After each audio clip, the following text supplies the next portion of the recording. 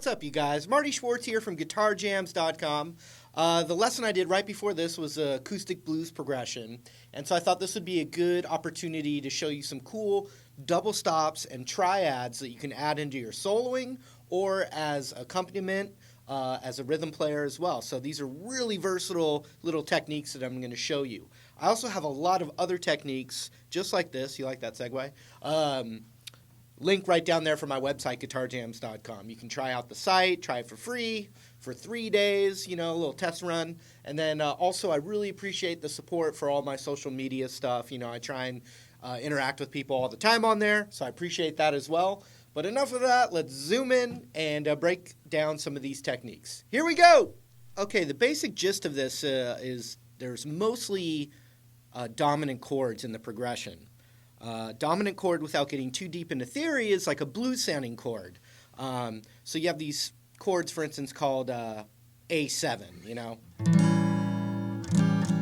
That's a dominant chord. It's a blues-sounding chord. There's a chord called A major 7, and that's not a dominant chord. It's not a bluesy chord. It's a more jazzy, pretty chord. That's a major 7. This is a A7. Then there's the thing called A minor 7. That's a type of minor chord with that same 7 tone in there. Okay, and then if you want to get real crazy, a minor chord with the major 7, and that sounds like this. Like a mystery chord. But we're talking about the bluesy chord.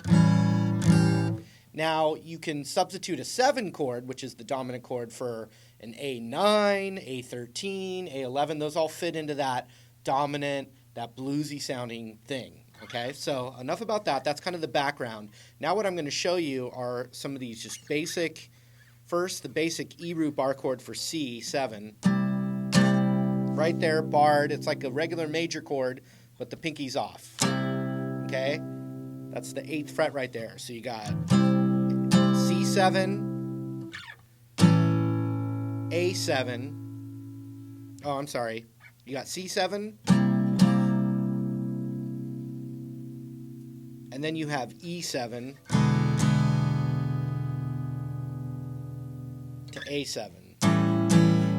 Now another way to play that E7 is with the root on the A string, which is right here. And you can play that, which looks like an A major, but then an A7. Pinky, ring, barred. Just like an A7 chord.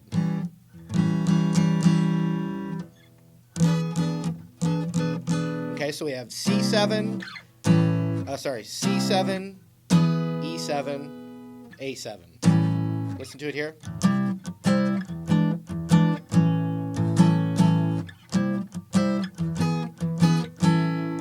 Now what I was playing instead of E7 was I was playing this little E7 triad right here, which is 7th fret, 6th fret, 7th fret.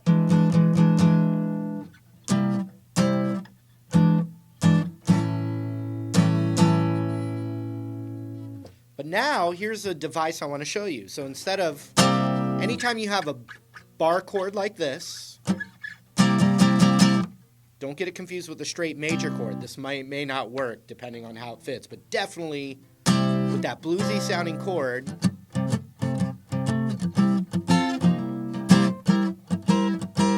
all that kind of bluesy sounding stuff, you always have this device. You want to keep track of the root. Right there, it's that 8th fret of the high E. We're going to bar the high E, the B, and the G. And then you can hammer on or just keep your middle finger down. So that would be 9th fret, 8th fret, 8th fret. Okay, so instead of this, you have this. Right now, I'm just playing the G and high E with my thumb and middle finger while I hold the pick. You could pick them. You could strum them. Okay, but you always have that. But then you always have this. That same thing a whole step down.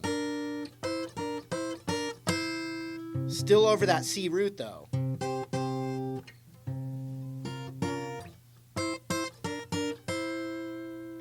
Okay, then you also have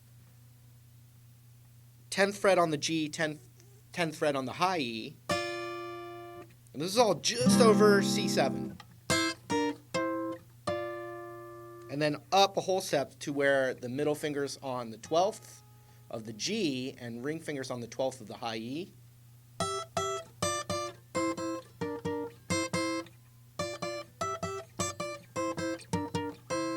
However you want to finger that.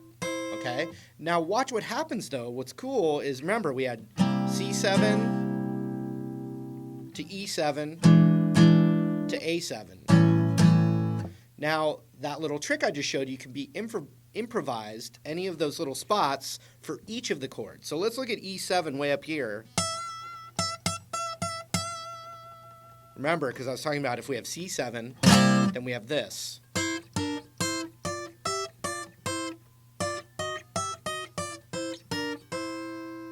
For E7, it's just the exact same thing up here.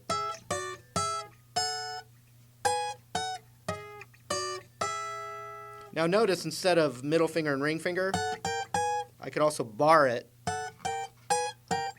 and I'm just plucking the G and high E. Okay, and then for A7, it would be where the A root is on top, that 5th fret.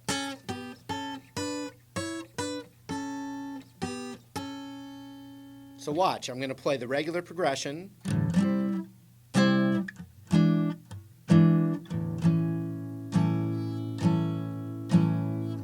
Now this is great when another guitar player is playing what I just played, and then the other guitar player can play stuff with that higher register like I was just showing you. So check it out. And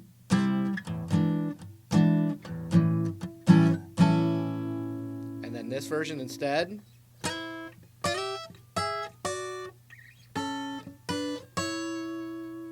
So you can combine those ideas and even throw them into your solo, or you can do it as a rhythm player. Here it is again.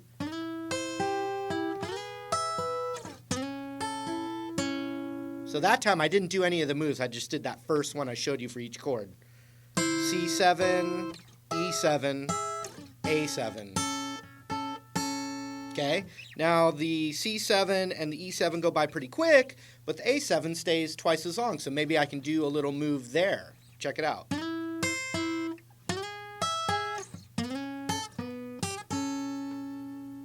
Okay, or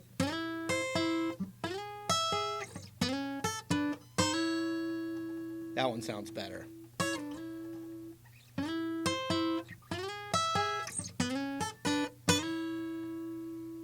Okay, now the fun thing is with a minor chord, which is next, D minor, A7, D minor. So I'm just going to show you one little move that you can do. For minor, you can do the exact same thing we were doing for those 7 chords, but it's that now. So for D minor, the D's on the 10th fret of the high E. We bar the 10th fret of the G and, the B and the high E. And then you've got that. And we're going to not do any moves. We're just going to keep that for D minor. Okay.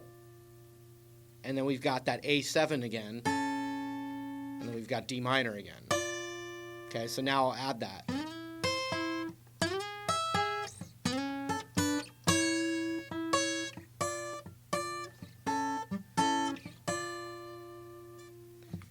With that minor, you can add what's called the 9, which is a whole step above the root while you bar it. And then you can add that pinky a half step higher.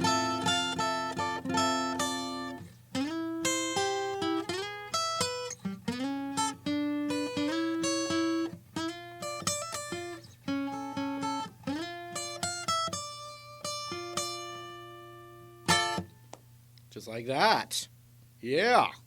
Then it's F to F diminished, which is really just it's like an F chord with the F sharp.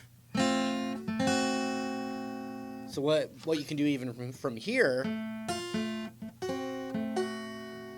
I'm just keeping that same shape I taught you, and then adding my ring finger to that 2nd fret of the high E. And then C down to A but half steps. C, B, B flat, A, and I'm doing that little upper register. I can always add that. So let's add that all together. So C to E to A with a move, D minor, A, D minor, F, F diminished, which I'm just adding that second fret high E, C down to A, D7, G7. Remember I said you could do that with a whole step down? Sounds, now if you have, if you're still hearing that root bass, which I'm not doing because I'm not, don't have another guitar player playing with me, you'll really hear how that works. So check it out. I'm going to play the regular chords, and then I'm going to do the little new move we worked on.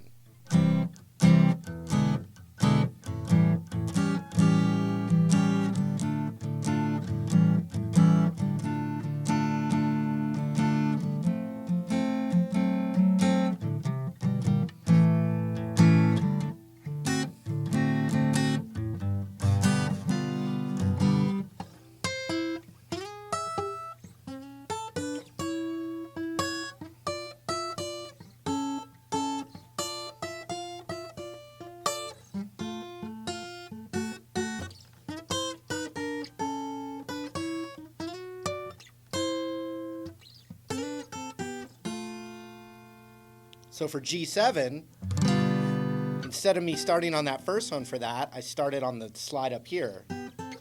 And I went. See that? So you can do that. It doesn't always have to start with that one, but I wanted to start the lesson that way so you would kind of start to piece that together.